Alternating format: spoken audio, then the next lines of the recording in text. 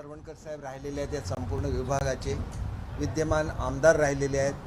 समाधान सरवणकर हे इथले नगरसेवक राहिलेले आहेत आणि अतिशय चांगलं असं काम या विभागामध्ये करत असताना आपण एक गोष्ट लक्षात घेतली पाहिजे की आज एक आगळा वेगळा दिवस असा आहे की कोकणात जाणाऱ्या सर्व गणेश भक्तांची सोय ही आमच्या पक्षाच्या वतीने करण्यात आलेली आहे आणि एक चांगला योगायोग म्हणजे गणरायाच्या कृपेने त्याच दिवशी या भागावर खूप प्रेम हे आदरणीय बाळासाहेबांनी केलं आणि बाळासाहेबांचे विचार जपण्यासाठी सरवणकर साहेबांनी आज जे काय मेहनत घेत आहेत मुंबईच्या जनतेसाठी, आज मुंबईतला मराठी मनुष्य रस्त्यावर आलेला होता, त्याला कोण त्राता राहिलेला नव्हता. 12 वर्ष महापालिकेकडून साध्या नोटिसासुद्धा गेल्या नव्हत्या. एकतर ट्रान्झिट कॅम्पमध्ये मुंबईच्या जनतेने किंवा मराठी माणसांनी राहायचं का, किंवा जे डेव्हलपर होते ते त्यांना महिन्याची भाडीसुद्धा देत नव्हती. पहिल्यांदा 12 वर्षांनी आता नोटिसा जायला लागल्या ज्याला आम्ही इथं फिरायला लागलो त्यावेळेला. त्याच्यामुळे ही मुंबई मराठी माणसाची आहे आणि ज्याला मुंबईकर म्हणून मराठी जनतेने स्वीकारलं त्या सर्वांचीच ही मुंबई आहे आणि त्या मुंबईला न्याय देण्याचं काम हे सरवणकर साहेब या भागामध्ये करतायत याचा मला अभिमान आहे. आणि केवळ इथंच नाही तर अगदी आमचे कोळी बांधव असतील माहीम कोळीवाड्यातले तर त्यांचासुद्धा कायापालट होतो आहे. माहीम कोळीवाड्याचा कायापालट होतो आहे. ज्या ठिकाणी सिद्धिविनायक मंदिर आहे त्याच्या कायापालटासाठी 25 कोटी रुपये त्यांनी या ठिकाणी निधी मंजूर करून घेतलेला आहे. शेवटी ही कामंसुद्धा गतीने गेली पाहिजेत, मुंबईकरांना न्याय मिळाला पाहिजे आणि त्याच्याचबरोबर रिडेव्हलपमेंटचा जो फार मोठा प्रश्न आहे त्यांनी सुरुवातीपासून त्याच्यावर आवाज उठवलेला आहे की आमचे मतदार हे केवळ आम्ही त्यांच्याकडे मतदार म्हणून बघत नाही तर आमच्या घरातली ती लोक आहेत आणि ती ज्यावेळेला रस्त्यावर येतात किंवा रस्त्यावर त्यांना टाकलं जातं त्यावेळेला त्यांच्याबरोबर राहिलं पाहिजे. ही भावना घेणाराच खरा लोकप्रतिनिधी असू शकतो आणि ते खऱ्या अर्थाने लोकप्रतिनिधी आहे आणि आम्ही कुठलंही त्या ठिकाणी असं करण्याचा प्रयत्न करत नाही. आज त्या ठिकाणी गणपती अडलेला होता आणि त्याला ब्रिजवरून जायचं होतं. मी स्वतः जाऊन ब्रिजचं उद्घाटन केलं.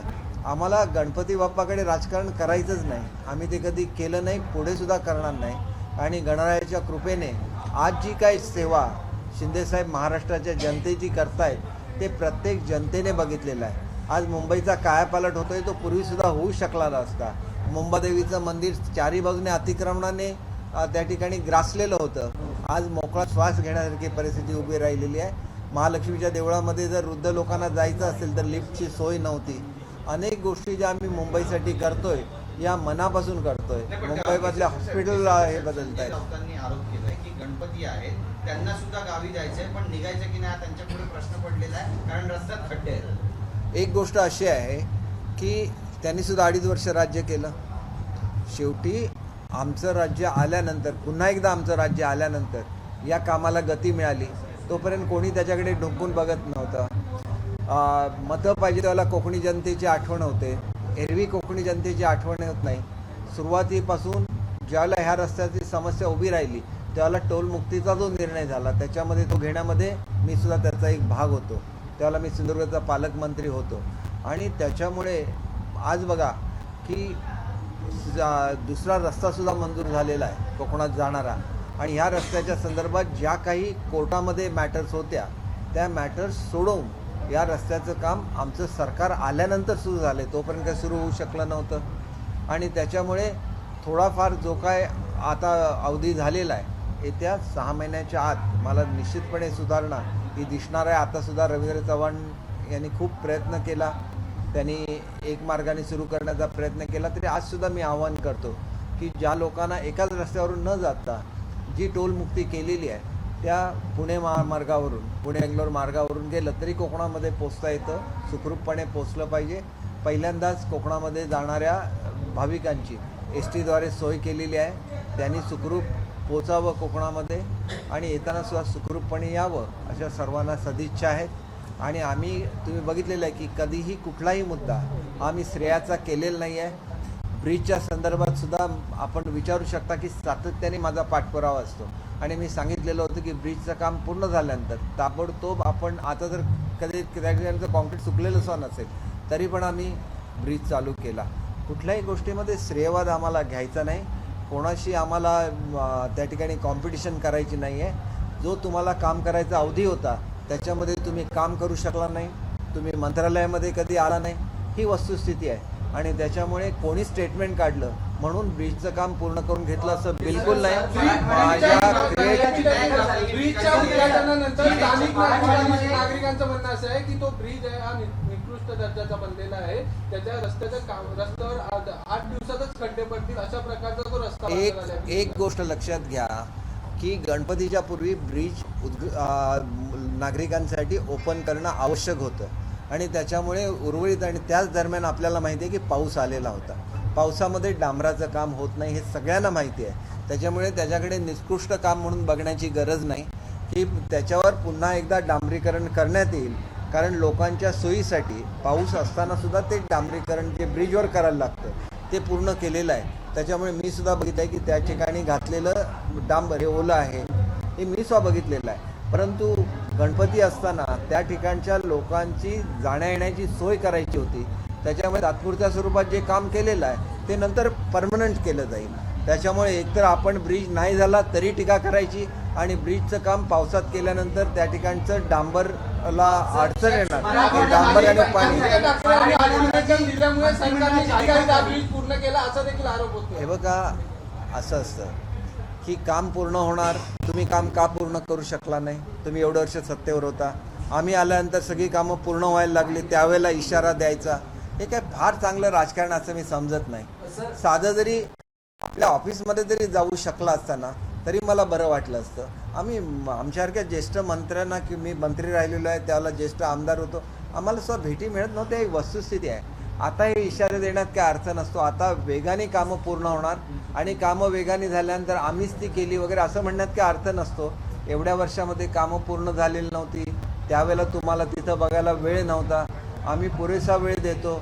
अगदी पावसाचाही असेल तर रात्री 12-12, 1-1 वाजता मी कंट्रोल रूमला गेलेलो आहे, पण आम्ही कधी त्याची जाहिरात करत नाही. आम्हाला जनतेची सेवा करायची, आम्ही ती सेवा करत राहणार. बघा, आता डायलिसिस सेंटरची मी उद्घाटनं करणार आहे. आतापर्यंत वाटलं नाही का मुंबईतल्या लोक गरीब आहेत ते आपले डायलिसिस करू शकत नाही? पहिलं डायलिसिस सेंटर करतो आणि प्रत्येक हॉस्पिटलला आम्ही डायलिसिस सेंटर देणार. आता आम्ही डे केअर सेंटर सुरू करतोय वृद्धांचं. तुम्हाला का सुरू करावं असं वाटलं नाही? महिलांचा आता आम्ही जी योजना आणली त्याच्यामध्ये मोठ्या प्रमाणात निधी आम्ही महिलांना देतोय. महिलांना आधार देणाऱ्या मत्स्यसखी असतात, कृषी सखी असतात, बँक सखी असतात.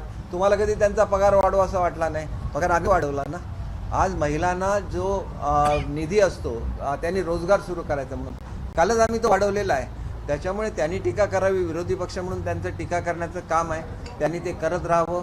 काम करणं आमचं काम आहे. आम्ही काम करत राहील आणि मुंबईच्या जनतेला आम्ही न्याय देऊ. मंत्रिमंडळाची बैठक झाली, त्या बैठकीवरून काँग्रेस अशी टीका करते की बैठक घेतली आणि मोठ्या घोषणा करून गेले. नाही, घोषणा बिलकुल केलेलं नाही आहे. बघा, मी तुम्हाला सांगू इच्छितो की गेल्या काही दिवसामध्ये आम्ही जेवढ्या फेर प्रशासकीय मान्यता दिल्या 6 लाखापेक्षा जास्त एकर जमीन ही ओलिताखाली येणार आहे. तुम्ही का नाही एवढ्या स्पीडने काम करू शकत? आम्ही आल्यानंतर मेट्रोचं काम का चालू झालं? मेट्रो का पूर्ण होते? कोस्टल रोड का पटापट पूर्ण होतोय? दिवस रात्र त्याच्यावर देखरेख करायला लागते, त्यांना कुठेतरी हलवायला लागतं, काम पूर्ण करा म्हणायला लागतं. नाहीतर मग असंच राहणार. सावकाश कासवाच्या गतीने चालून काय मुंबईचा कारभार चालू शकत नाही. तो वेगाने चालू आहे आणि ही सगळी कामं फडणवीस साहेबांच्याच काळात सुरू झालेली आहेत. त्याच्या सगळ्याच्या NOCs फडणवीस साहेबांनी आणून दिलेल्या आहेत दिल्लीवरून. नेहमी दिल्लीशी भांडत राहायचं आणि दिल्लीहून कामं झाली नाही असं म्हणायचं. दिल्लीने जर इन्व्हेस्टमेंट करायची ठरवली तर मुंबई काढून घेत आहेत म्हणायचं आणि इन्व्हेस्टमेंट महाराष्ट्राच्या बाहेर गेली तर आमच्यावर टीका करायचं. कुठला न्याय आहे? मुंबईवर सगळ्यात अधिक इन्व्हेस्टमेंट ही MMR रिजनमध्ये येणार, म्हणजे फक्त मुंबईमध्ये येणार नाही, ती रायगडमध्ये सुद्धा येणार, ती ठाणे जिल्ह्यामध्ये येणार आणि मुंबईच्या आजूबाजूच्या सगळ्या परिसरामध्ये येणार. तरी लोकांची दिशाभूल करायची. आता दिशाभूल करायचं थांबवा. आता चांगली प्रार्थना गणपतीची करा आणि त्यांना असं म्हणा की हे चांगली लोक काम करतायत, त्यांच्या हातून खूप काम होऊन दे अशी गणरायाची प्रार्थना करा. आणि आम्ही सुद्धा गणरायाची प्रार्थना करू की सगळ्यांना सुबुद्धी दे, महाराष्ट्रामध्ये महाराष्ट्राची खूप प्रगती होऊन दे आणि मुंबई जशी पूर्वी महाराष्ट्र संपूर्ण भारतात अग्रगण्य होती तशी कायम अग्रगण्य राहून दे. इथल्या लोकांना खूप सुखसमृद्धी मिळून दे, आयुष्य आरोग्य मिळून दे अशी मी गणपती बाप्पाच्या चरणी प्रार्थना करतो. आणि आमचे तरुण आमच्या सरवणकर साहेबांचे चिरंजीव आज या ठिकाणी त्यांचा वारसा चालवत आहेत.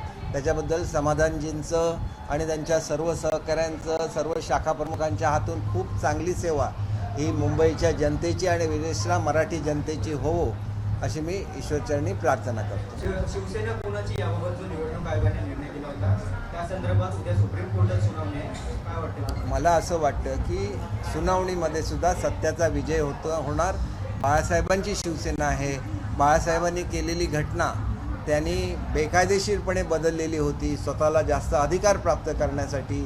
ते सुद्धा निवडणूक आयोगाने फेटाळलेलं आहे.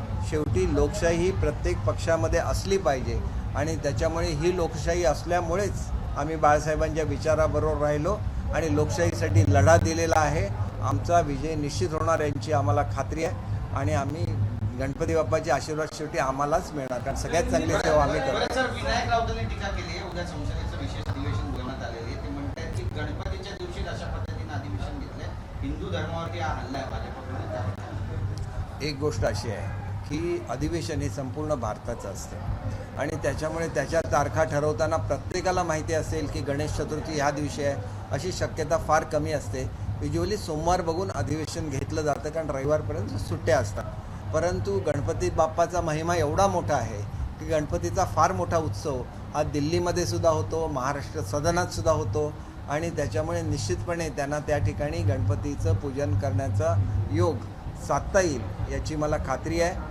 आणि त्याच्यामुळे आणि त्या दिवशी घेतलेलं असेल तर भारतासाठी काहीतरी चांगलं होऊन दे अशी मी ईश्वरचरणी प्रार्थना करतो. आणि ज्या तऱ्हेने अतिरेकांना एक एक करून टिपलं जातं आहे ही एक भारतासाठी अभिमानाची गोष्ट आहे. आज हायेस्ट टेक्नॉलॉजी त्या ठिकाणी वापरली जाते आहे आणि आमच्या ज्या शहीदांचे बळी गेलेले आहेत त्यांचा निश्चितपणे हिशोब हा पाकिस्तानला आणि अतिरेक्यांना चुकवायला लागेल, त्यांना त्या ठिकाणी द्यायला लागेल. अशी कामगिरी आमच्या भारतीय सैन्याकडून घडते आहे. त्यांनासुद्धा खूप शक्ती ही गणपती बाप्पाने द्यावी अशी सुद्धा मी गणपती. कल्याणमध्ये भाजप आणि शिंदे गट आमने सामने येतात असं वाटतं का? कारण भाजपचे आमदार गणपत गायकवाड म्हणतात की आमच्याकडे धनुष्य बाणापेक्षा मोठं अस्त्र रॉकेट आहे. एक गोष्ट अशी आहे बघा, रॉकेट असतं तर ते आपण बघतो की गणपतीमध्ये त्याचा वापर होतो वगैरे इथपर्यंत ठीक आहे. परंतु हे ज्या काही खालच्या कुरबुरी आहेत ह्या वर टिकत नाहीत. वर एकच नेतृत्व आहे आणि ते मोदी साहेबांचं नेतृत्व आणि सगळेजण एकच नेतृत्व मानतात, ते मोदी साहेबांचं नेतृत्व. आज भारताला मोदी साहेबांच्या नेतृत्वाची गरज आहे आणि त्याच्यामुळे खालचे लोक काय करतात या तात्पुरती कपातली वादळं असतात, एका क्षणामध्ये ती सगळी वादळं थांबतात. ज्याला भारताच्या नेतृत्वाचा, भारताच्या एकतेचा आणि भारताच्या प्रगतीचा विषय येतो त्याला एकच नाव आहे आणि ते म्हणजे मोदी साहेब. आणि आज त्यांचा वाढदिवससुद्धा आहे. मी मनापासून मोदी साहेबांना शुभेच्छा देतो की त्यांच्या नेतृत्वाखाली भारताने आणखी प्रगती करत राहो आणि गोरगरिबांचे आशीर्वाद नेहमी त्यांना मिळत राहो. पण भाजपचंच महापौर बसेल असं म्हणतात. हे बघा, मी तुम्हाला सांगितलं ही सगळी पेल्यातली वादळं असतात, याला फार महत्त्व नाही. ज्यावेळेला इलेक्शन्स येतील त्यावेळेला भाजप आणि सेना आपल्याला दोघंही एकत्र काम करताना दिसतील. सरकार विज्ञापन करती है लेकिन सवाल ये है कि मुंबई गोवा जैसा हाईवे है पश्चिम ले नहीं पाते, क्या वजह है? विरोधक आपके आंकड़ा देखिए, वो जब सत्ता में थे वो नहीं कर सके. आज काम चालू हो गया है. इतनी बारिश हो रही कि इस बारिश में काम कायम रखना भी एक बड़ा चैलेंज है.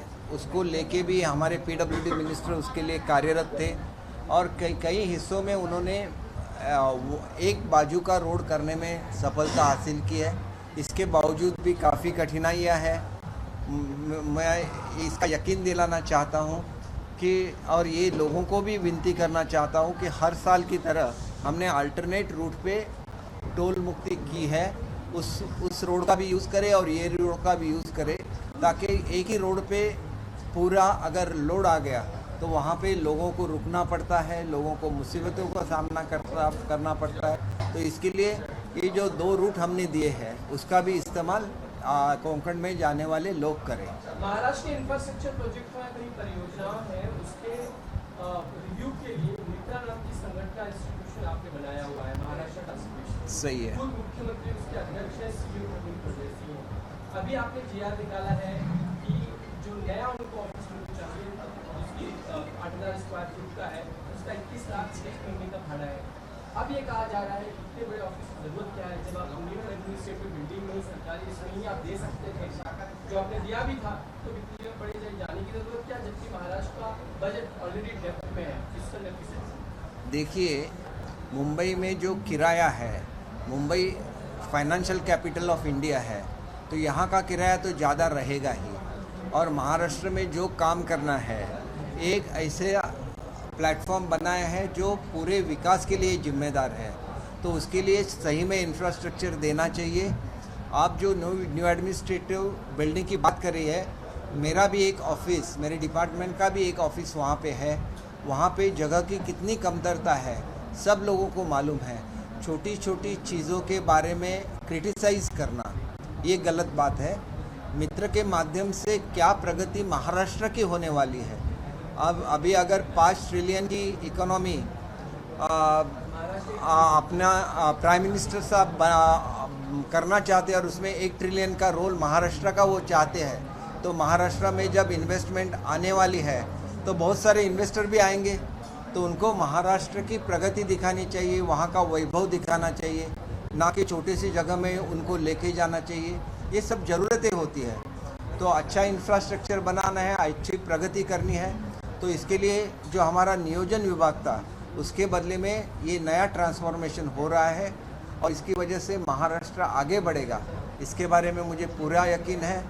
और टाटा ग्रुप के चेयरमैन खुद उसके वाइस प्रेसिडेंट है, तो उनका भी सहयोग रहेगा, तो एक अच्छा इंफ्रास्ट्रक्चर बनेगा। इसलिए क्रिटिसाइज नहीं करना चाहिए, ऐसे मुझे लगता है। आशर जो उसके वाइस प्रेसिडेंट उनकी भूमिका पर भी सवाल उठाए जाते हैं कई लोग तरीके में, और उनका भी ऑफिस उसी में। देखिए, काफ़ी उद्योजक डिफरेंट रोल में आते हैं। जैसे मैंने बोला कि TCS के चेयरमैन खुद उसके एडवाइज़र है और खुद उसको लीड कर रहे हैं, तो महाराष्ट्र एक अच्छी दिशा में जाएगा, इसके बारे में मुझे यकीन है। तो इस पर ज़्यादा क्रिटिसिज्म नहीं करना चाहिए, उसको अलग एंगल से नहीं देखना चाहिए। आप उसका परफॉर्मेंस देखिए और बाद में आप कुछ बोले तो ठीक है, अभी तो काम शुरू हो रहा है, आगे आप देखिए कितनी प्रगति होती है महाराष्ट्र की। ABP माझा, उघडा डोळे बघा नीट।